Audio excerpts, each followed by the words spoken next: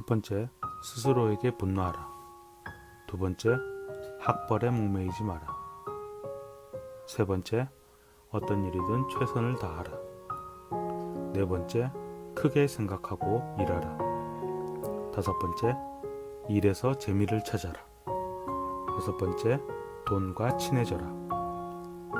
일곱 번째, 책을 읽어라. 먼저 세이노는 도대체 누구길래 이런 말을 하는지 알아보겠습니다. 세이노는 다른 사람의 도움 없이 스스로 성공한 사업가로 1천억 원 이상의 자산을 모았다고 알려져 있습니다. 세이노는 책 판매에 대한 인세를 전혀 받지 않으며 전자책은 무료로 배포하고 있습니다. 좋은 마음으로 지식을 전수하려는 세이노님의 생각이 정말 대단한 것 같습니다. 이제 본격적으로 핵심적인 내용을 요약해 보겠습니다. 첫 번째, 스스로에게 분노하라. 세이노는 자신의 삶이 만족스럽지 않다면 분노해야 한다고 말합니다. 하지만 그 분노의 대상은 세상이나 다른 사람이 아니라 바로 자신이어야 합니다. 성공한 사람들은 어떤 일이 잘못되면 그 책임과 원인을 자기 자신에게서 찾습니다.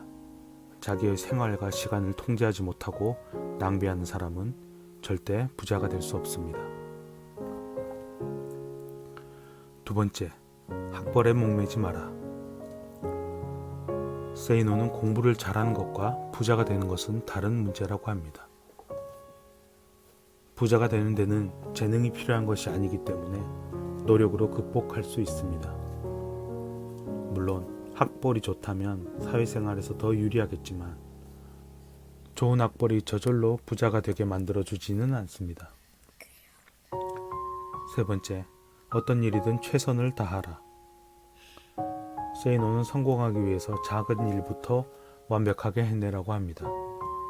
어떤 사람들은 사소한 일을 무시하거나 그런 일을 지시하는 상사에게 불쾌감을 드러내기도 합니다. 하지만 그런 작은 일도 제대로 처리하지 못하는 사람에게 어떻게 큰 일을 맡길 수 있을까요? 네 번째, 크게 생각하고 일하라. 세이노는 단순한 일이라도 나중에 독립해서 사업을 하는데 도움이 되는 일을 하라고 합니다. 조직이 어떻게 돈을 버는지를 알 수 있는 일을 하라는 말입니다. 예를 들어 제조업이면 제품이 어떻게 생산되는지, 서비스업이면 고객에게 어떤 서비스를 어떻게 제공하는지를 체득할 수 있는 일을 말합니다.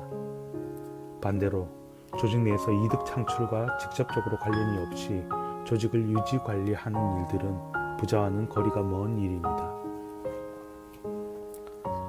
다섯 번째, 일에서 재미를 찾아라. 세이노는 일에 대해 잘 알면 잘 할 수 있고 잘하면 일하는 게 즐겁다고 합니다. 아무리 재미없는 일이라도 제대로 공부하여 알게 되면 재미를 느낄 수 있습니다.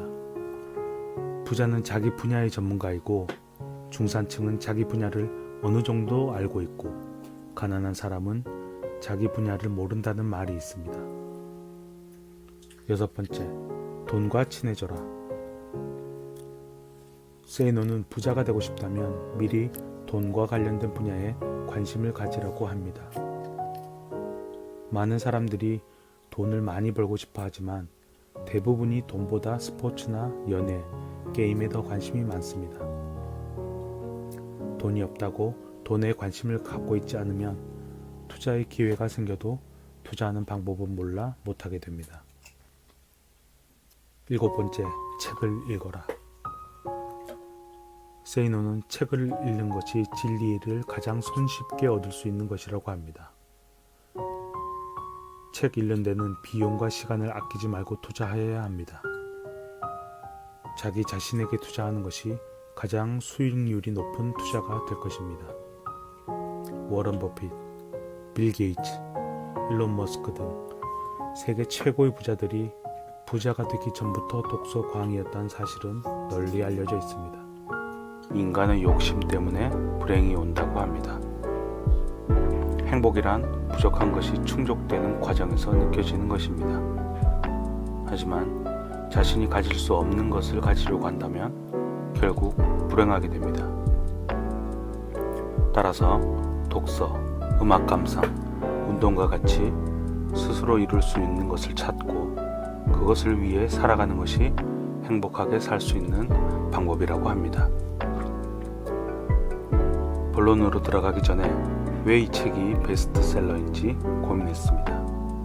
철학은 인간이 어떻게 살아가야 하는지를 선택하는 기준입니다. 철학서가 베스트셀러에 오르는 경우는 흔치 않은데 그만큼 어떻게 살아야 할지 고민인 사람들이 많다는 얘기입니다. 이제 좀 더 자세한 요약입니다. 산다는 것은 괴로운 것이다. 쇼펜하우어는 원래 삶이 괴로울 수밖에 없다고 합니다. 인간은 원래 먹고 자고 사랑하고 인정받고 싶어하는 욕망 덩어리입니다. 그런 욕구가 충족되지 않을 때는 불행하다고 느낍니다. 따라서 내가 할 수 있는 부분에서는 괴로움을 느끼지 않도록 최선을 다하고 내가 할 수 없는 부분은 놓아주어야 합니다. 특히 다른 사람의 인정이나 사랑을 받는 것에 집착하게 되면 그 끝은 불행일 수밖에 없습니다. 왜냐하면 다른 사람의 마음은 내가 바꿀 수 없기 때문입니다. 우리의 모든 불행은 혼자 있을 수 없는 데서 생긴다. 인간은 타인에게 인정받고 사랑받고 싶은 욕망이 있습니다. 그 욕망이 지나치면 자기 스스로를 인정하고 사랑하는 법을 잊어버립니다. 다른 사람이 인정하고 사랑하기 전에 자기 스스로를 인정하고 사랑해야 합니다.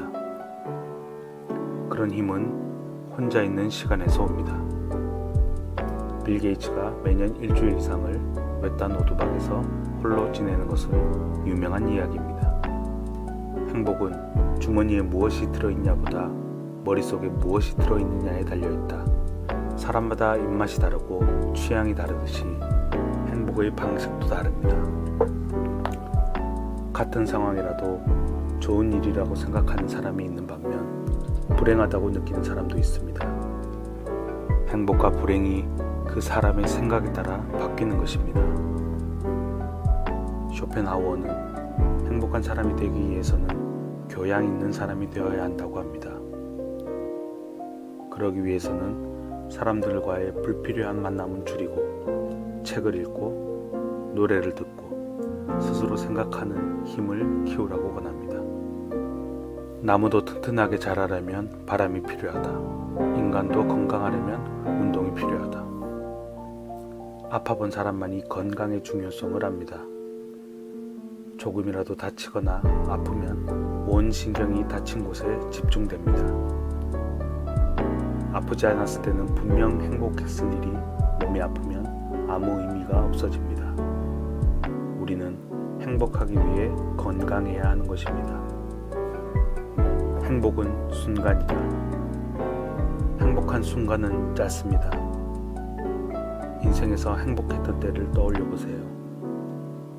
시험에 합격한 일, 사랑하는 사람이 고백을 받아준 일, 어려운 일을 성공했던 일, 각자가 행복한 기억이 있을 것입니다.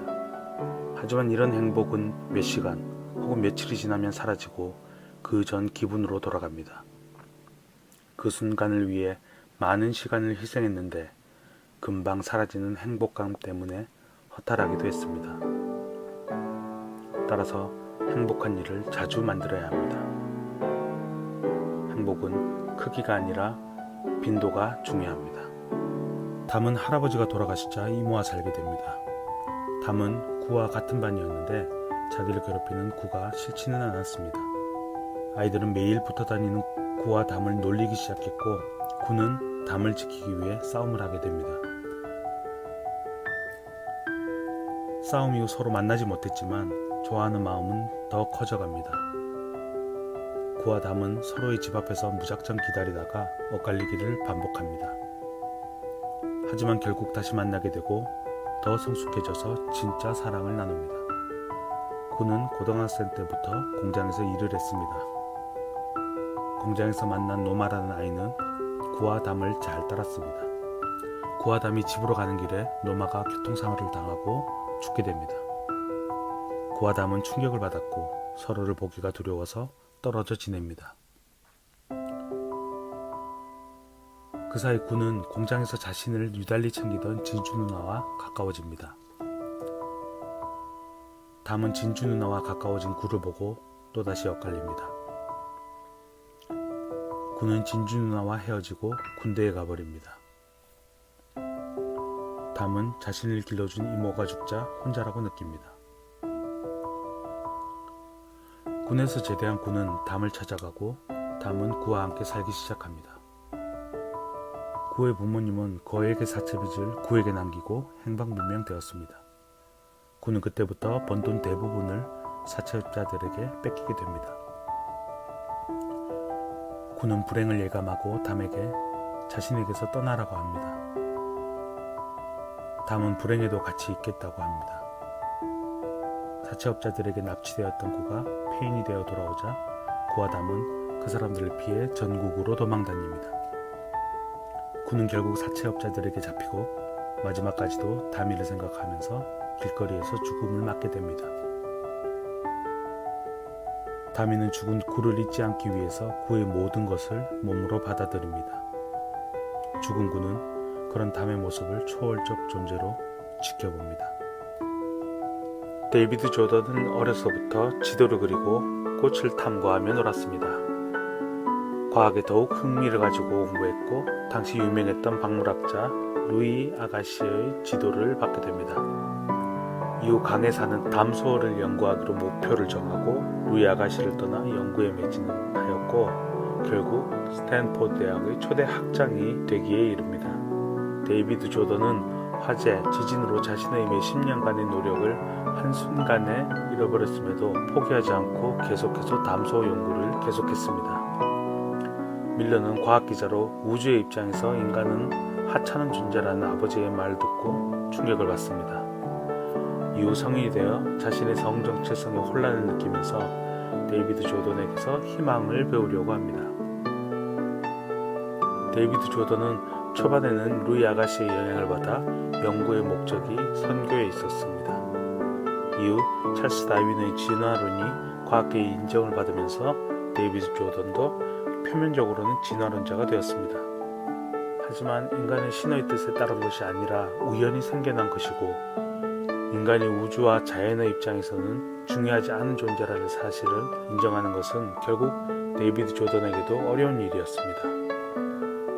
사랑하는 사람의 죽음이나 몇십 년간의 자료가 사라지는 고통스러운 고난이 아무 이유도 의미도 없이 일어났다면 견디기 어려운 일일 것입니다. 결국 데이비드 조던은 신이 없는 세상에서 자기 기만과 오만으로 실패를 극복하고 앞으로 나갔던 것입니다. 그러던 중 데이비드 조던은 우생학의 늪에 빠졌습니다. 인간의 능력은 유전적으로 타고난다는 결정론적인 주장은 아주 달콤했습니다. 자신이 고난을 극복해야 하는 이유와 명분이 되어 주었으므로 데이비드 조던은 열성적으로 우생학을 지지했습니다. 이로 인해 많은 사람들이 열성 인간으로 낙인 찍히고 고통받았습니다. 데이비드 조던은 죽는 날까지 우생학을 믿었습니다. 하지만 밀러는 인간은 아주 사소한 존재이지만 그 사소한 다양성이 인간을 중요하게 한다는 것을 깨달았습니다. 신의 뜻이 없어도 인간은 중요한 존재입니다. 어류라고 생물을 분류할 수는 없게 되었지만 그 존재는 의미가 있는 것처럼요. 아일랜드의 한 시골 마을. 빌 펄롱은 아무것도 가진 것이 없는 가정부의 아들로 태어났습니다. 게다가 아버지가 누구인지는 알지도 못했습니다. 하지만 일하던 집 주인인 윌슨 부인이 어머니와 자신을 따뜻하게 받아주어 힘들지만 잘 자랄 수 있었습니다. 기술을 배워 석탄을 판매하는 일을 하게 되었고 이제는 어엿한 가장이 되어 부인과 5딸 모두 7 식구를 책임지고 있습니다. 크리스마스가 다가오던 날 겨울이라 석탄 주문이 끊임없이 밀려들었습니다. 깜깜한 새벽 일어나 출근하려는데 문득 이게 다 뭐하는 짓이지 하는 생각이 듭니다. 매일매일 쳇바퀴 돌듯 반복되는 생활이 무슨 의미가 있는지 의문이 들었습니다. 하지만 요즘처럼 어려운 시기에 일이 있고 아이들은 착하게 잘 자라고 있으니 이 정도면 괜찮다고도 생각합니다. 어느 날 수녀원으로 석탄 배달을 가게 되었는데 우연히 수녀원 안쪽 공간에서 아주 더러운 모습으로 청소를 하고 있는 아이들을 보았습니다. 수녀원에서 불우한 여성과 아이들을 모아서 세탁일을 주고 자립을 돕고 있다는 얘기는 들었는데 뭔가 수상한 느낌이 들었습니다. 얼마 후 이른 아침에 다시 가게 된 수녀원에서 석탄을 넣으려던 빌은 석탄광에 갇혀있는 어린 소녀를 발견하게 됩니다. 빌은 그 사실을 수녀원에 알렸고 젊은 수녀는 무척 당황하며 수녀 원장을 불렀습니다. 수녀 원장은 너무나 태연하게 아이들이 숨바꼭질을 하다가 갇힌 모양이라며 아무 일 아니라는 듯 행동했습니다. 그때 빌은 더 캐묻고 싶었지만 그러지 못했습니다. 빌의 아내 아일린은 수녀원 세탁소의 소문에 대해 우리랑은 상관없는 얘기라고 합니다. 친한 동네 식당 아주머니도 수녀원과는 맞서지 말라고 합니다. 빌은 수녀원의 의심스러운 일을 알면서도 모른 채 하고 교회에서 기도를 드리는 자신이 위선자처럼 느껴졌습니다. 혼란스러운 마음을 추스리려고 어릴 적부터 알고 지냈던 농부 넷 아저씨에게 찾아갔다가 자신은 아버지가 넷일 수도 있다고 느꼈습니다. 빌이 좀 더 나은 혈통 출신일 거라고 생각하도록 하기 위해서 아버지의 힘을 숨겼던 것입니다. 빌은 자신이 이렇게 살 수 있었던 것은 윌슨 부인과 아버지 네더의 사소하지만 큰 도움이 있기 때문임을 생각합니다. 지금 자신의 도움이 필요한 사람이 있는데 그것을 그냥 지나친다면 평생 스스로에게 부끄러울 것 같았습니다. 빌은 크리스마스 이브에 수녀원으로 다시 가서 여전히 석탄광에 갇혀있던 소녀를 데리고 나옵니다. 빌은 이 일로 어려운 일을 겪게 될 것임을 알았습니다. 하지만 소녀를 구출하는 이 순간 빌은 인생 최고의 행복을 느낍니다. 빌이 구출해낸 이 소녀는 과거에는 자신의 어머니였을 수도 있고 미래에는 누군가의 어머니가 될 수도 있기 때문입니다. 안진진의 어머니와 이모는 일란성 쌍둥이로 10분 차이로 태어났습니다. 두 사람은 아는 분의 소개를 받고 동시에 결혼하게 되었는데 어머니가 먼저 소개를 받고 이모는 3일 후에 소개를 받았습니다. 그 우연으로 인해 그 이후 두 사람의 인생은 180도 달라졌습니다. 안진진의 아버지는 결혼하고 얼마 되지 않아 술을 먹고 폭력을 행사하기 시작합니다. 그때마다 진진과 동생 진모는 아버지를 피해 이모네로 가 있었습니다. 이모부는 능력 있는 건축가였고 이모네 집은 부유한 동네에 있는 좋은 집이었습니다. 아버지는 수차례 집을 나갔다 들어오기를 반복하다가 결국 행방불명이 되어버립니다. 어머니는 생계를 책임지려고 시장에서 양말 장사를 시작합니다.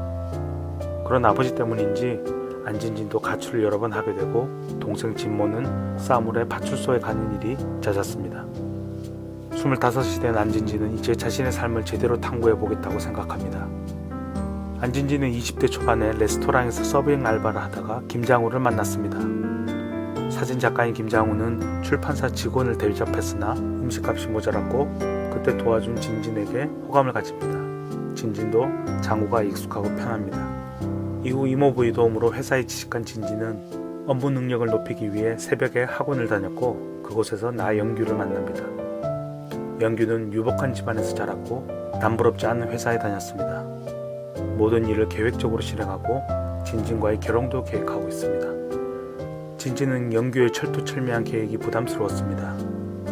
예상대로 영규는 진진에게 프로포즈를 해왔고 진진은 생각할 시간을 달라고 합니다. 뭐 하나 확실한 게 없지만 익숙하고 편한 김장우에게 괜히 더 마음이 갑니다. 동생 진모는 어릴 때 놀던 패거리들을 모아서 깡패 흉내를 내고 다닙니다. 그러다 만난 어떤 여자와 사귀게 되고 그 여자를 가로챈 남자를 죽기 직전까지 폭행해 도망자가 됩니다. 행방불명되었던 아버지는 중풍과 치매에 걸려 돌아왔습니다. 몸은 만신창이가 되었고 딸인 진진을 알아보지도 못합니다. 누가 봐도 불행한 일만 가득한 어머니는 그 불행을 받아들이고 꾸역꾸역 극복해냅니다. 이모부는 다정하고 안정적인 사람입니다. 이모의 딸 주리와 아들 주혁이도 공부를 잘해 외국으로 유학을 가 있습니다. 학교를 졸업하면 그곳에서 취직도 예정되어 있다고 합니다. 누가 봐도 행복한 집안에서 이모는 스스로 목숨을 버리는 선택을 합니다. 이모는 너무 평탄해서 결핍이라고 경험하지 못하는 삶이 불행하고 우울했다고 합니다. 누군가의 불행이 누군가에게는 행복인 모성 같은 인생입니다. 누군가는 죽지 못해 살고 누군가는 살지 못해 죽음을 선택했습니다. 어머니는 아들을 옥바라지를 하고 남편의 대소변을 받아내면서도 행복해합니다. 이모는 무덤 속 같은 평온을 못 견뎌했지만 또 그것이 누군가에게는 행복일 수 있는 것입니다. 삶의 어떤 교훈도 스스로 체험하기 전까지는 진심으로 와닿지 않기 때문입니다. 결국 진지는 스스로 가지지 못했던 평온을 경험해보기 위해 사랑하는 김장우 대신 나영규를 선택합니다. 원래라면 내 결혼식이 열렸을 날 형의 장례식이 거행됐다. 형은 수학 영재였고 촉망받는 생물학자였다. 공부뿐 아니라 모든 면에서 나보다 뛰어났다. 그런 사람이 20대의 나이에 암에 걸려 죽게 될 줄은 절대 생각하지 못했다. 형은 재미있는 비디오를 보다 깜빡 잠이 들었는데 누가 반납해버린 기분이라고 했다. 그렇게 형은 떠났다. 한동안은 그저 가만히 서 있고 싶었다. 나는 내가 아는 공간 중 가장 아름다운 장소에서 떠올릴 수 있는 가장 단순한 일을 하는 일자리에 지원했다. 나는 그렇게 메트로폴리탄 미술관의 경비원이 되었다. 내가 하는 일은 관람객이 작품에 가까이 다가가지 못하게 하고 사진을 찍을 때는 플래시를 끄도록 하는 일이다. 가끔 무슨 작품이 어디 있나요? 하는 관람객의 질문에 대답하기도 한다. 하지만 내가 할 가장 중요한 일은 고개를 들고 있는 것이다. 아름다운 작품들과 그것을 둘러싼 삶의 소용돌이 속에 뒤엉켜 내면의 삶을 자라게 하는 것이다. 아무도 없는 미술관의 고요는 나에게 위로가 된다. 옛 거장의 회학 안에는 거장의 그림들만 있을 뿐이다. 가장 오래된 그림은 베를린 기에로의 성모와 성자이고 가장 최근의 그림은 프란시스코 데 고야가 그린 남자의 초상화이다. 이탈리아관에서 가장 위대한 화가는 티션이라는 애칭으로 불리는 티치아노 베첼리오다. 이 초상화는 생명으로 가득 차서 살아 숨쉬는 듯하다. 형에 대한 기억이 내 머릿속에 살아 숨쉬는 것처럼 말이다. 이집트관의 덴두르 신전은 고대 이집트에서는 극소수의 사제만이 영혼의 의식을 위해 출입할 수 있었다고 한다. 지루해하는 법을 잃어버린 나는 그렇게 신전을 바라보는 것이 전혀 힘들지 않았다. 그냥 시간이 한가히 흘러가도록 내버려두었다. 그리스 로마관에서는 뉴욕 크로스라고 불리는 크로스 대리석 조각상이 유명하다. 미술관에 매일매일 서 있는 사람으로서 이 크로스 대리석 조각상과 동질감을 느낀다. 크로스는 일종의 비석으로 이 사람은 죽음을 피할 수 없는 인간이었다고 알리기 위해 만든 것이다. 우리 모두가 그렇지 않은가? 또 한 번 동질감을 느낀다. 미술관 경비원이 되기 위해서는 특별한 경력이 필요하지 않다. 다양한 나라, 다양한 인종, 다양한 나이대의 사람들이 미술관에서 일한다. 그들 모두는 각각의 사연을 가지고 있다. 어떤 사람이더라도 같은 파란 제복을 입고 나면 공감대가 형성되고 친구가 된다. 동료 경비원들과 나눈 소통에는 내가 세상의 흐름에 다시 발맞출 수 있도록 돕는 격려의 기운이 들어가 있다. 시간이 지나고 이제 미술관 일에 익숙하고 편안해졌을 때 첫째가 태어났다. 형이 떠난 지 5년 만에 새로운 생명이 나에게 온 것이다. 아이가 태어나기 전에 나는 사소한 것에는 신경 쓰지 않는 삶을 살아왔다. 하지만 부모가 되고 난 후에는 끝없는 사소한 일을 계속해서 해결해야만 했다. 락 콘서트장 같이 떠들썩한 세계와 수도원처럼 고요한 세계 두 곳으로 오가는 것이 내 삶이 되었다. 그 후 내 삶에 영향을 준 두 가지 기획전이 있었다. 하나는 미켈란젤로이고 하나는 흑인 공동체인 지밴드 퀼트였다. 미켈란젤로가 그린 시스티나 예배당 천장은 570일이나 걸리는 대작이었다. 게다가 당시 미술 재료의 기술적 한계로 마치 모자이크를 이어붙이듯 매일 조금씩 완성해 나갈 수밖에 없었다. 미켈란젤로는 날마다 그날 해야 될 일을 마치기 위해 천장에 매달려 온 힘을 쏟았을 것이다. 엘라베마주의 지스밴드라는 지역에서 아프리카계 미국 여성들이 옷이나 이불을 퀼트로 만들어 왔다. 이것을 근현대미술전시관에서 지스밴드 퀼트 작품전을 열었다. 그 여성들도 모자이크를 완성해 나가듯이 하루하루 주어진 환경에서 최선을 다했을 것이다. 이처럼 위대한 예술 작품은 주어진 환경에서 무언가를 창조하기 위해 조각조각 노력을 이어붙여 만들어가는 것이다. 우리 인생도 그렇지 않을까? 삶은 휘청거리고 삐걱거리지만 결국은 천천히 앞으로 나갈 것이다. 내 삶의 힘들었던 하나의 모자이크가 드디어 마무리되었다. 미술관은 내 삶에서 가장 중요한 시기에 고요함으로 위안을 주었다. 이제 더 이상 경기장 밖에서 경기를 지켜보고 있지만은 않을 것이다. 우리 아이들에게 넓은 세상을 보여줄 것이다. 마지막으로 미술관에서 제일 마음에 드는 작품을 고를 시간이다. 너무나도 고통스럽지만 이 그림을 보면 형 생각이 나서 좋다. 또 이 그림에는 우리가 죽을 수밖에 없는 운명이라는 것, 고통 속의 용기는 아름답다는 것, 상실은 사랑과 탄식을 자극한다는 것을 다시 일깨워준다. 형은 세상에 없지만 나는 이제 내 앞에 펼쳐진 삶에 최선을 다할 것이다. 삶은 주어진 대로 살아가면서 싸우고 성장하고 창조해내는 것이기 때문이다. 우리는 자주 나는 왜 이럴까? 나는 왜 뭐 하나 잘하는 게 없을까? 스스로를 탓한다. 생각이 많아질수록 부정적인 생각도 더 많이 하게 된다. 근본 원인을 찾는 것은 매우 중요하다. 인간은 욕망이 좌절되었을 때 상처를 입는다. 자존심이 상하고 모욕감이나 수치심을 느낄 때도 상처를 입는다. 스스로 할 수 있는 게 아무것도 없다는 무력감을 느낄 때, 또 사람들로부터 사랑받지 못하고 아무도 자신을 원하지 않는다고 느낄 때 우리는 상처를 받는다. 다시 말해 우리가 무엇인가를 절실히 원하기 때문에 상처받는 것이다. 누구나 마음속에 상처받은 어린이가 살고 있다. 그 아이는 상처를 치료해주지 않아 마음 안으로 숨어버렸다. 누구나 살아가면서 결핍을 경험하고 그로 인해 상처를 받는다. 정도의 문제이지 누구나 다 상처를 가지고 있다. 그 상처를 제대로 치료하지 않으면 어른이 되어서도 힘들 때면 그 아이가 나타난다. 지금이라도 과거를 돌아보고 그 상처를 어루만져줘야 한다. 치유는 인정에서부터 온다. 어린 시절의 분노, 죄책감, 좌절감이 어떤 것이었는지 생각해보고 사실 그대로를 인정해야 한다. 대부분의 일들은 어린아이로서는 어쩔 수 없는 상황이었을 것이다. 이제 다 지난 일이라고, 너의 잘못이 아니라고 스스로를 감싸 안아주어야 한다. 더 이상 과거가 당신의 현재를 지배하도록 내버려 두어서는 안 된다.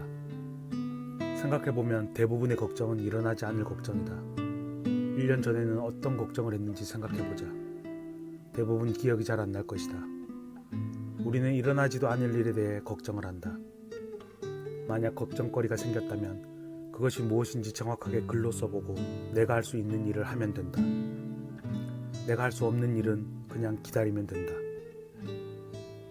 가장 상처를 주는 사람들은 가장 가까운 사람들이다. 내가 어떤 상황이 되더라도 믿어주는 가족이 있기에 행복을 느낀다. 하지만 사람들은 그 가족 때문에 고통을 받기도 한다. 가까운 사이일수록 예의를 지키고 아껴줘야 한다. 우리는 처음 만난 사람을 함부로 대하지 않는다. 우리는 어느 누구보다 소중한 가족을 처음 만난 사람보다 못하게 대하고 있지 않는지 생각해 봐야 한다. 내 전부라고 생각했던 연인과 헤어지는 일은 고통스러운 일이다. 하루아침에 세상에 홀로 남겨진 기분이 든다. 처음에는 이별을 부정하다가 마음이 떠난 상대방에게 집착하고 절망하게 된다. 하지만 모든 이별의 고통은 서서히 줄어든다. 충분히 슬퍼하고 떠나보내줘야 한다.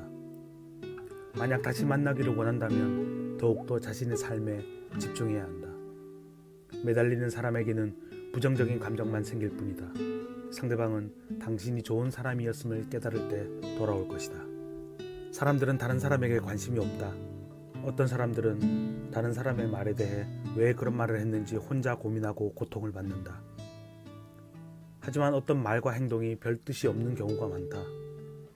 사람들은 우리가 생각하는 것만큼 나에게 관심이 없기 때문이다. 따라서 타인의 평가와 시선에서 자유로워져야 한다. 나에 대한 그 사람의 평가와 시선은 그 사람의 생각이기 때문이다. 그 사람의 생각이 진리도 아니며 내가 그 생각을 바꾸기도 힘들다. 그냥 내버려 두자.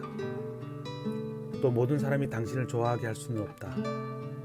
우리도 모든 사람을 다 좋아하는 것은 아니지 않는가? 그것도 그냥 싫어하게 두자. 화가 나는 것은 자연스러운 감정이다. 하지만 그것을 어떻게 표현하는지는 당신의 선택이다. 누구든지 화를 낼 수 있지만 올바르게 화를 내는 사람은 거의 없다. 올바르게 화를 내는 방법은 화내는 것을 미루는 것이다. 속으로 숫자를 세거나 아예 다른 일에 집중한 후 그 다음 날 그 일을 생각해 보는 것이다. 대부분의 화는 사라지고 없을 것이다. 화가 난 상태에서는 말과 행동을 조심해야 한다. 화가 나서 감정적인 상태에서는 올바른 선택을 하기가 힘들다. 그때 한 말과 행동은 반드시 후회를 불러온다.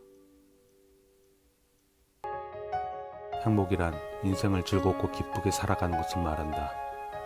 언제 즐겁고 기쁘다고 느끼는지는 개인마다 다르다.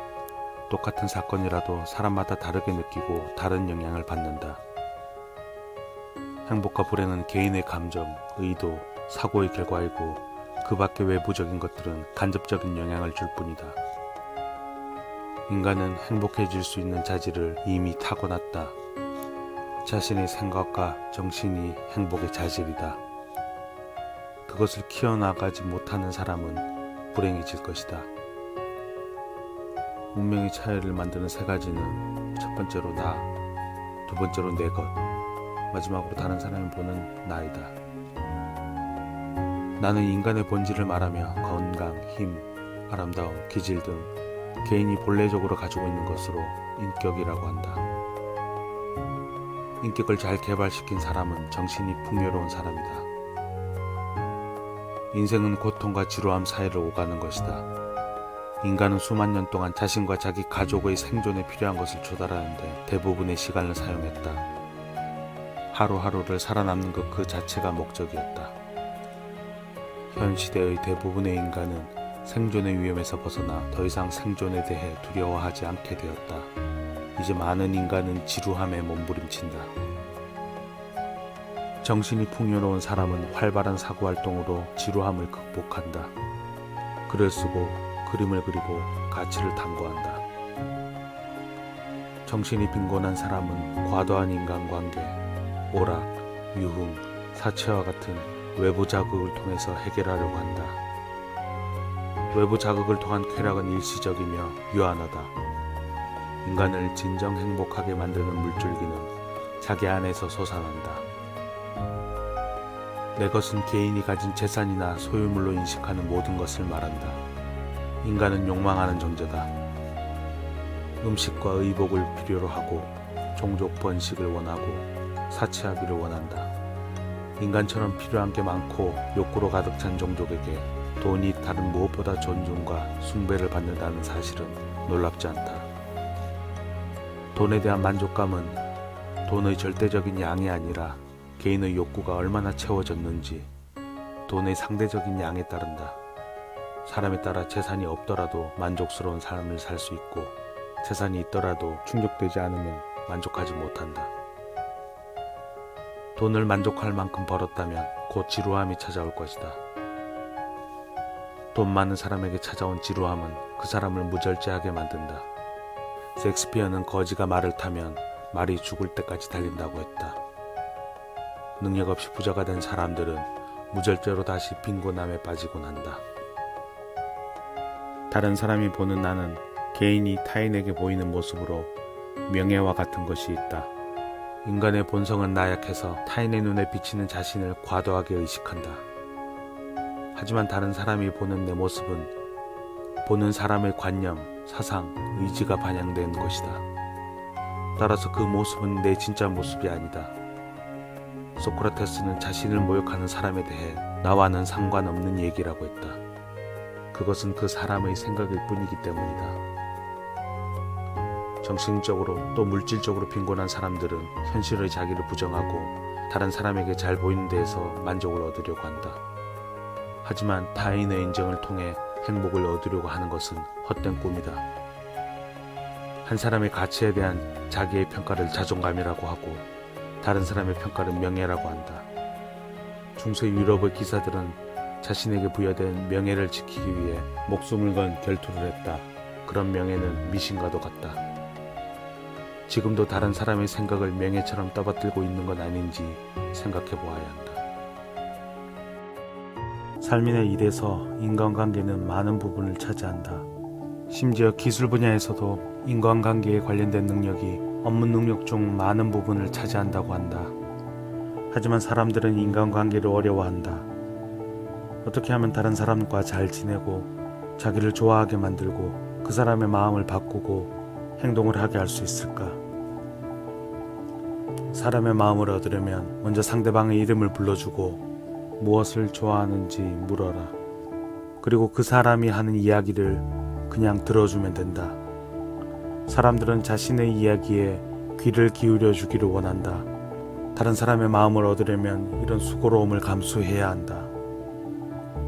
아무리 화가 난 사람이라도 공감하며 귀 기울여 들어주는 사람 앞에서는 누그러진다. 자기 생각을 다 쏟아내고 나면 마음을 열게 되고 우리에게도 관심을 가질 것이다. 대부분의 사람들은 자신이 다른 사람보다 나은 사람이라고 생각하고 그것을 인정받고 싶어 한다. 하지만 인정은 타인에 의해 실현되므로 인간의 욕구 중 가장 충족하기 어려운 욕구다. 따라서 우리가 그 사람을 인정해 주기만 한다면 당신을 좋아하게 될 것이다. 하지만 거짓으로 상대방을 지켜 세워서는 안 된다. 모든 사람에게는 사소한 것이라도 배울 점이 있다. 그것을 찾아 인정해 주면 된다. 완전히 잘못된 생각을 가지고 행동한다 하더라도 그 사람의 입장을 생각해 보자. 그 사람이 살아온 환경, 배경, 학력, 지식에 따라 그렇게 행동할 수밖에 없을 수 있다. 당신의 입장이라면 저도 그렇게 행동했을 것이라고 공감하고 얘기하면 대부분 마음을 열고 대화하게 된다. 우리는 아는 것보다 모르는 것이 더 많다. 가끔은 안다고 생각했던 것도 착각일 때도 있다. 그 사실을 알게 되는 순간 최대한 빨리 인정하고 필요하면 사과해야 한다. 제때 실수를 인정하지 않으면 그것은 문제로 남아있을 뿐 절대 저절로 해결되지 않는다. 결국엔 더 큰 위기로 돌아와 대가를 치르게 될 것이다. 인간은 감정적인 동물이다. 비난은 상대방을 감정적으로 만들어 예측할 수 없는 결과를 낳는다. 우리가 원하는 것은 잘못된 것을 바로잡는 것이다. 상대방의 잘못에 대해 비난한다면 당장 내 기분은 좀 나아지겠지만 상대방은 그 잘못을 정당화하려고 애쓰게 된다. 논쟁은 승자 없는 싸움이다. 논쟁에서 이긴다고 해도 얻는 것은 약간 우쭐해진 기분뿐이다. 상대방은 당신의 승리에 분노하고 있을 것이다. 내 말과 생각이 정답이라 하더라도 아무리 논리적이더라도 상대방이 스스로 깨닫지 않으면 자신의 생각을 바꾸는 데는 도움이 되지 않는다. 이런 경우 논쟁하기보다 상대방의 생각을 인정하고 왜 그런 생각을 하게 되었는지, 그것에 예외는 없는지 질문을 통해 상대방이 스스로 생각하게 하는 것이 좋다. 이 책의 내용은 어느 하나 새로운 것이 없다. 소크라테스, 공자와 같이 2500년 전 살던 현자들이 늘 해오던 말이다. 모두가 알지만 실천하기는 어렵다. 배움이란 능동적인 과정이다. 내용을 알더라도 실천하지 않으면 아무런 의미가 없다. 이 책은 삶의 방식에 관한 것이며 습관에 관한 것이다. 머리로 알고 있는 내용이 몸으로 자연스럽게 나오기까지는 오랜 시간이 걸린다. 제대로 실천하려면 오늘 내용들을 반복해서 읽고 들어야 할 것이다. 첫 번째 소설, 아주 희미한 빛으로도. 그녀는 영문과에서 에세이를 가르치는 젊은 강사다. 미국에서 나고 자란 학생들도 많지만 한국식 영어 발음으로도 기죽지 않고 차분히 강의를 이어나갔다. 나는 수업 중 실수로 옷을 버려 학교 근처였던 그녀의 집에서 신세를 지게 되었다. 나는 그녀에게 관심이 생겼고 그녀가 써낸 에세이를 읽게 되었다. 그녀는 용산에서 나고 자랐고 자신이 살아온 세월을 담담하게 설명했다. 그리고는 그곳을 떠나고 싶다고 썼다.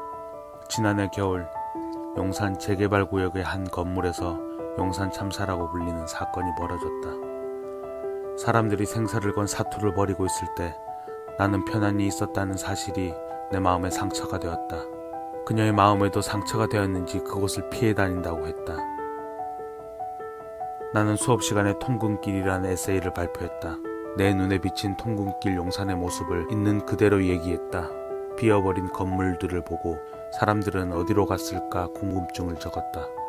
어떤 학생은 명확하진 않지만 도시개발을 부정적으로 본 관점이 느껴진다고 했고, 어떤 학생은 편향되지 않았다고 했다. 그녀는 자기 입장이 없는 것은 무관심이고 능동적인 순종이라고 했다. 나는 남들에게 어떻게 읽힐지 의식하고 자기 검열을 하면서 글을 썼기에 부끄러웠다. 시간이 지난 내가 학생을 가르치는 강사가 되었다. 그녀는 언젠가부터 아무 활동을 하지 않는 것 같았다. 나는 계속 이 길로 나아갈 수 있을까? 사라지지 않을 수 있을까? 어디로 가는지 모르지만 이곳이 허공이 아님을 알려주는 아주 희미한 빛. 그녀는 그런 빛이었는지 모르겠다. 두 번째 소설, 목. 나는 그런 글을 쓰고 싶었다. 한번 읽고 나면 읽기 전의 자신으로 되돌아갈 수 없는 글. 논리로 반박할 수 없는 단단하고 강한 글. 정윤은 그런 글을 쓰는 학생 기자였다. 나는 교지 편집부에서 정윤을 만났다. 희영은 나와 같이 편집부에 들어갔다. 희영에게는 타고난 관찰력과 용기 그리고 지력이 있었다. 하지만 나는 희영의 그런 특별한 능력을 칭찬해주지 못했다. 말하는 순간 내가 더 초라해질 것 같았기 때문이다. 희영은 여성 인권에 관심이 많았다. 여성이라는 이유로 겪어야 하는 사회의 부조리, 모순을 취재하고 분석했다. 희영의 글을 읽으며 나 역시도 오래도록 남자들의 시선으로 살아왔다는 것을 깨달았다. 아무것도 할 수 없다는 무력감에 글쓰기를 포기하려고 했지만 희영의 권유로 글쓰기를 계속했다. 희영은 기지촌 여성의 피살 사건을 얘기하면서 정윤과 크게 부딪힌다. 정윤은 희영에게 진정 그 사람들과 같은 입장일 수 없다고 했다. 희영은 글쓰기를 포기하고 기지촌 활동가의 삶을 시작했다. 글쓰는 것으로만 내 몫을 했다고 하는 사람이 되기 싫다고 했다. 정윤은 결혼 후 학업을 포기하고 남편의 뒷바라지를 위해 미국으로 갔다. 나는 글쓰는 일을 직업으로 삼고 나서 정말 글을 써야 하는 사람들은 모두 떠나고 쓸 줄 모르는 나만 남아 글을 쓰고 있다는 생각을 했다.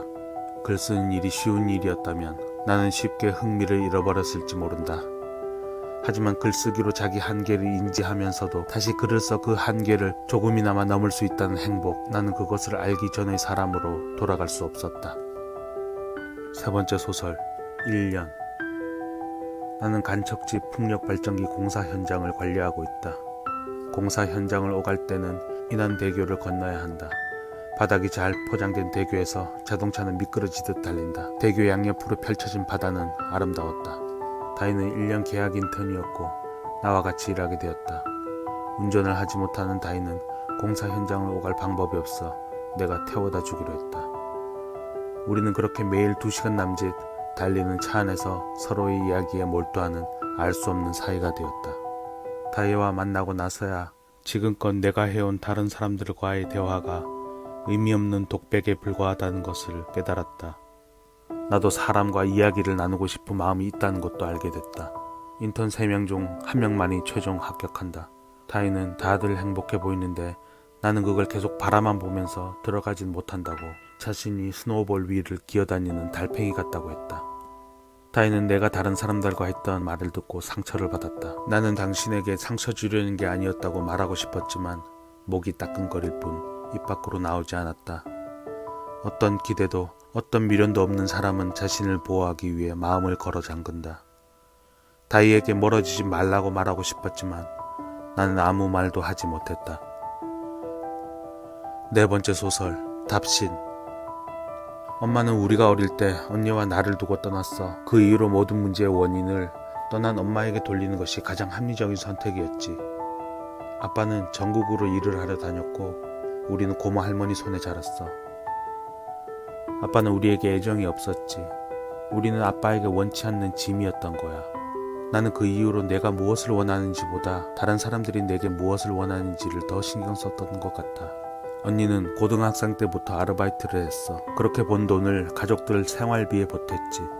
언니가 그 사람을 만난 것도 그때쯤이었던 것 같아. 언니 학교 교련 선생님이던 그 사람의 차에서 내리는 언니를 우연히 봤어. 그 후 언니는 21가 되던 해에 임신을 했어. 그 사람은 언니를 책임지는 것은 힘든 일이라며 거드름을 피웠어. 결혼하고 나서도 그 사람은 언니를 함부로 대했지. 언니는 자신에게 잘해준다며 착한 사람이라고 했어. 다음에 네가 태어났어. 우리 관계는 아주 단순했지. 나는 너를 좋아했고 너도 나를 좋아했어. 널 보려고 그 사람이 있는 집에도 더 자주 가게 되었지. 너는 하루가 다르게 자랐어. 우리는 작은 공을 주고받듯 사랑한다는 말을 주고받았어. 어느 날 그 사람이 다른 여학생을 태워주는 걸 봤어. 그 학생을 붙잡고 그러면 안 된다고 그만두라고 했어. 어쩌면 나는 언니에게 하고 싶었던 말을 그 애에게 했는지도 몰라. 그런데 이 일을 누군가가 신고했나 봐. 하지만 조사는 결국 흐지부지 되어버렸지. 그 사람은 내가 신고했다고 생각했고 언니는 내가 형부를 모함했다고 하면서 사과를 하라고 했어. 내가 사과를 하지 않으니까 그 사람은 언니를 때리기 시작했지. 나는 이성을 잃고 그 사람의 발뼈를 부러뜨려 버렸어. 재판에서 언니는 그 사람에게 맞은 사실도 없다고 했고 내 폭력적인 성향 때문에 저지른 일이라고 했지. 나는 체념하고 내가 거짓말을 했다고, 언니는 그 사람을 때린 적이 없다고 했어. 여자 피고인들 중 불리한 증언을 부정하지 않고 자포자기하듯 받아들이는 경우가 있다고 하는데 내가 바로 그런 경우인가 봐. 감옥에 있는 동안 언니는 면회를 오지 않았어. 출소하고 8년 만에 고모 할머니의 장례식장에서 언니를 만났는데 언니는 도망치듯 사라져버렸어. 언니는 지금 어떤 마음으로 살아가고 있을까? 이제는 너를 더 만날 수 없겠지. 하지만 나는 너를 영원히 사랑할 거야. 네가 나를 기억하지 못한다고 해도 어른이 된 너와 모른 채 스쳐 지나가더라도 너의 이모가. 5번째 소설, 파종. 나는 남편과 이혼하고 5살짜리 소리와 함께 오빠네 집으로 들어갔다. 오빠는 어렸을 때처럼 장을 봐와서 밥을 하고 반찬을 만들고 찌개를 끓여 나와 소리를 먹였다. 어째서 남편과 헤어졌는지, 앞으로 계획이 무엇인지 아무것도 묻지 않았다. 그저 텃밭 가꾸는 걸 도와달라고 했다. 소리는 자신이 무엇을 원하는지 말하지 않고 조르지 않았다. 소리가 8살 때 오빠가 밭을 매다 잠시 자리를 비운 사이에 소리의 정강이가 찢어졌다. 피가 철철 났다. 나는 오빠에게 막 악을 썼는데 소리가 눈빛으로 그만하라고 하고 있었다. 소리는 치료하는데 눈을 꼭 감고 통증을 다 참아냈다. 소리는 그런 아이다. 나는 오빠를 자주 놀려먹었는데 특히 나이 차이가 많은 오빠에게 환갑잔치 얘기를 자주 했다. 하지만 오빠가 환갑을 맞을 수 없게 될 것이라고는 생각하지 못했다. 오빠는 병상에 누워서도 나에게 너 힘든 거 나 줘. 내가 가지고 갈게. 라며 내 생각을 했다. 오빠가 떠나고 텃밭도 엉망이 됐다. 소리는 삼촌과 엄마와 같이 텃밭을 가꾸던 시절에 대해 글을 썼다. 따뜻하고 행복한 순간의 기억이었다. 그리고 삼촌의 죽음에 대해 텃밭에 가지 않게 된 일에 대해서도 담담하게 썼다. 그리고 소리는 쉬고 싶다고 했다. 나는 소리와 텃밭을 다시 가꾸기로 했다. 쓰레기를 치우고 땅을 갈고 씨를 뿌렸다. 일을 마치고 마주 앉는데 소리의 정강이에 난 흉터가 보였다. 소리는 그 흉터를 어루만지며 흉터가 없어지지 않았으면 좋겠다고 했다. 6번째 소설, 이모에게. 나는 엄마가 23, 이모가 45이 되던 해 태어났다. 직장에 다니는 엄마를 대신해 이모가 나를 키웠다. 나와 엄마는 이모 인생의 짐이 되었다. 나는 어릴 때 비행기가 가까이 나는 집에서 살았다. 그 후 외할아버지의 유산으로 비행기 소음이 없는 동네 30평대 아파트로 이사갈 수 있었다. 이모는 아버지와 다투면서 따로 살게 됐다. 아버지의 사업이 실패하자 우리 집은 다시 13평짜리 아파트로 이사갔다. 나는 자유롭게 날아가고 싶어서 공군사관학교를 선택했다. 나를 힘들게 하는 생각을 잊으려 공부나 훈련에서 고통스럽게 나를 몰아붙였다. 그때는 이모를 만나지 않고 지내던 시절이지만 나는 자주 이모를 떠올렸다. 7년 만에 이모를 다시 만났다. 이모는 여전히 매사에 불만이었고 상대방에게 공감하지 못했다. 이모는 내가 자신과는 전혀 다른 사람이라고 말했지만 그날 나는 이모의 얼굴에서 나를 보았다. 자기 상처에 매몰되어 다른 사람의 상처는 무시하고 별것도 아니라고 얕잡아보는 편협하고 어두운 인간. 나는 이미 그런 사람이 되어가고 있었다. 이모는 79에 뇌졸중을 앓았다. 엄마는 이모가 쓰러진 직후에 이모의 집으로 들어갔고 나는 자주 이모를 보러 갔다. 이모가 이런 노인이 될 줄은 몰랐는데 나는 울지 않으려고 애썼다. 약한 모습을 보이지 않아야 할 사람이 있다면 그건 언제나 이모였다. 그건 내 자존심이자 이모에 대한 예의였다. 그렇게 이모는 어느 새벽에 떠났다. 옛날 사람들은 하늘 위에 하늘나라가 있다고 생각했다. 밤하늘의 별들을 보고 하늘의 구멍을 뚫어 인간을 바라보는 누군가의 눈빛이라고 했다. 밤비행을 할 때면 나는 종종 멀리서 나를 바라보는 이모를 느낀다. 7번째 소설, 사라지는, 사라지지 않는. 기남은 딸 많은 집에서 태어나 9살 때 권사장네 집으로 보내졌고 식모 생활을 하게 되었다. 국민학교를 졸업하자 기남은 권사장이 운영하는 공장의 주방에서 일했다. 기남이 정당한 월급을 요구하자 권사장은 기남을 쫓아내듯 내보냈다. 기남의 마음에는 사라지지 않는 방들이 있다. 언제든 그 문을 열면 그날의 기억, 냄새, 그 순간을 생생히 느낄 수 있다. 20살이 된 기남은 언니라는 사람의 연락을 받고 친모의 생일잔치에 갔다. 그곳에서 환영받지 못하는 사람에 대한 차가운 시선을 느낀다. 기남은 부모의 사랑을 끝내 받아보지 못했다. 남편은 5살 된 전 부인의 아이 진경을 데리고 왔다. 진경은 엄마라는 존재에 대한 간절한 마음을 가지고 기남에게 사랑을 주었다. 기남은 세상에 그런 마음이 있다는 것을 그때야 알았다. 우경이는 진경이가 8살 때 태어났다. 조용한 진경이와 달리 우경이는 적극적이었다. 남편은 진경이보다 우경이를 티나게 더 좋아했다. 그런 우경이는 미국에서 대학을 다녔고 재미교포와 결혼했다. 그동안 한 번도 한국에 돌아오지 않았다. 남편은 우경이를 다시 보지 못하고 세상을 떴다. 시간이 지나면서 우경이 기남에게 바라는 것은 인생에 감히 개입하지 않는 것이라는 걸 깨달았다. 기남은 우경이라는 존재에 묻은 얼룩 같은 것이었다. 기남은 자신의 초라한 모습이 우경이 오래전 자신을 떠나간 것이 부모에게 사랑을 받지 못했던 자신의 존재가 부끄러웠다.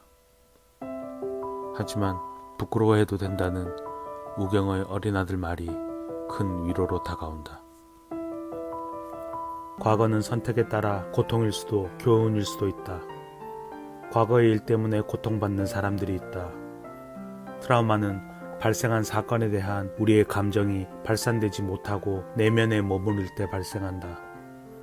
예기치 못한 사고가 발생했을 때 적절하게 감정을 표현하고 누구의 잘못도 아님을 인식한다면 트라우마는 발생하지 않는다. 실제 발생한 사건의 내용보다 그것을 어떻게 받아들이는지가 더 중요한 것이다. 나를 만드는 것은 과거에 정해진 사건이 아니라 현재의 내 생각과 선택이다. 고통과 상처는 목표라는 렌즈로 들여다보면 성장과 교훈이 된다.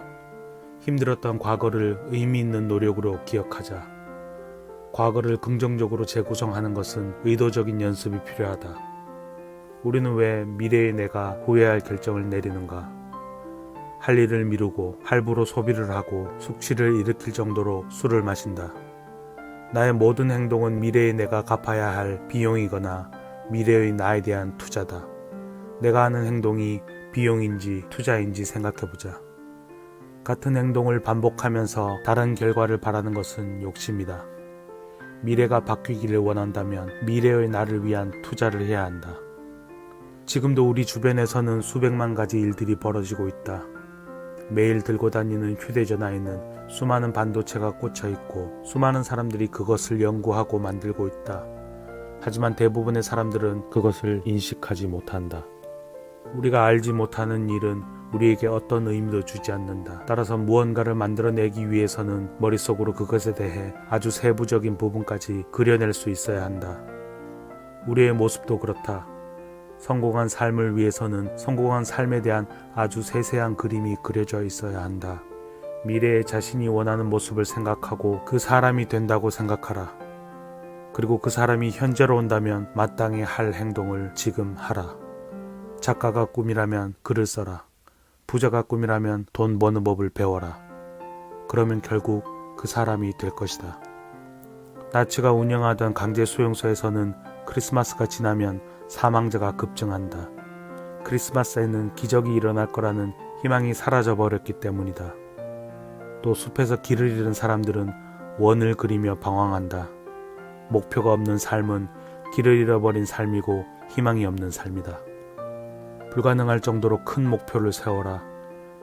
평범한 결혼 생활이든 행복한 결혼 생활이든 결혼 생활을 유지하는 데는 비슷한 양의 에너지가 들어간다. 마찬가지로 1억을 벌든 1,000만 원을 벌든 비슷한 양의 시간과 에너지가 소요된다. 큰 목표를 세우면 그 목표에 맞는 전략과 행동을 하게 된다. 사소한 문제들은 건너뛰고 인생에서 필요한 일을 할 수 있다. 급한 문제들은 보통 중요하지 않다. 아이젠하워는 나에게 문제는 시급한 것과 중요한 것 두 종류다. 시급한 문제는 중요하지 않고 중요한 문제는 절대 시급하지 않다고 했다. 중요한 문제에 초점을 맞추고 생활해야 한다. 중요한 문제가 정해졌다면 전력을 다하는 것이 좋다. 98% 전념하는 것보다 100% 전념하는 것이 더 쉽다. 주의력이 분산되지 않기 때문이다. 덜 중요한 일들은 뒤로 미뤄야 한다. 휴대전화로 다른 사람의 인생에 관심을 가지는 것은 우리 인생에 잡초를 심는 것과도 같다. 잡초들은 아주 빨리 퍼진다. 세계를 초과하는 목표는 효율적이지 못하다. 최대한 빼고 더 뺄 것이 없을 때까지 줄여라. 많은 목표를 이루려고 하다가는 아무것도 이루지 못한다. 작은 실행도 인생을 바꿀 수 있다. 1995년 미국 옐로스톤 국립공원에서는 사슴의 개체수 조절을 위해 늑대 몇 마리를 풀었다. 사슴은 늑대를 피해 늑대가 자주 나오는 계곡 같은 장소에는 얼씬도 하지 않았다. 그러자 계곡에서 풀이 자라고 나무도 더 잘 자라 풍성한 숲이 되었다. 숲이 만들어지자 새들과 비버와 같은 동물들이 늘어났고 계곡이 살아났다. 공원을 흐르는 강줄기도 더 뚜렷해지고 길어졌다. 고작 몇 마리의 늑대가 생태계 전체를 변화시킨 것이다. 이처럼 작은 실행만으로도 예측할 수 없는 방식으로 우리 삶에 변화를 가져온다. 아주 사소한 것이라도 시작하는 것이 중요하다. 사소한 시작은 시간이 흐르면서 복리 효과를 만들어낸다. 책 한 권 읽는다고 해서 인생이 바뀌지는 않는다. 하지만 쌓인 지식과 통찰력이 변화를 만들고 변화가 모여 예상치 못한 결과를 만들어낸다. 완벽하지 않더라도 일을 끝까지 마무리하라. 지금 하는 일은 어차피 완벽할 수 없다. 형편없는 결과라고 하더라도 마무리하고 자주 세상에 보여줘야 한다. 많은 사람들이 어떤 일을 시작한 후에 마무리하지 못한 채 포기해버린다. 완벽하지 않더라도 마무리하는 것으로도 승리자가 될 수 있다. 100% 완벽하게 하려고 하면 마무리가 힘들다. 80% 완성도라고 해도 계속 마무리해 나간다면 과거의 자신보다 훨씬 더 많은 일을 잘할 수 있을 것이다. 그렇게 마무리한 일의 결과가 쌓이고 쌓여 미래의 내가 될 것이다.